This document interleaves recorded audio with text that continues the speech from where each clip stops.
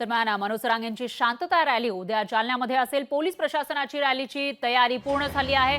400 police कर्मचाऱ्यांचा या ठिकाणी बंदोबस्त तैनात असणार आहे। तर शांतता रॅली मार्गावर सीसीटीव्हीची नजर सुद्धा असेल अशी माहिती समोर येते। जालन्यामध्ये मनोज रांगे पाटील यांची ही शांतता रॅली निघणार आहे। त्यासाठी एकीकडे मराठा समाजाकडून तयारी करण्यात आली आहे, तर दुसरीकडे पोलीस प्रशासनाची ही तयारी पूर्ण झाल्याचं दिसतंय।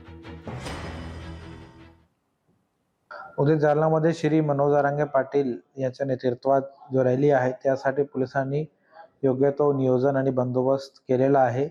क्राऊड मॅनेजमेंट आणि ट्रॅफिक याची काही अडचण होणार नाही यासाठी सगळी काळजी आम्ही घेतलेली आहे। रॅलीमध्ये येणाऱ्या लोकांना पण आणि नागरिकाला पण कुठल्याही प्रकारचा त्रास होऊ नये त्यासाठी जवळपास आम्ही 400 लोकांचा बंदोबस्त लावला आहे। इतर सीसीटीव्ही कॅमेरे, ड्रोन कॅमेरे वगैरे सर्वांची मदतने आम्ही सगळा त्याप्रमाणे प्रबंध केलेला आहे। लोकशाही मराठी ऐका, पहा, जागरूक रहा।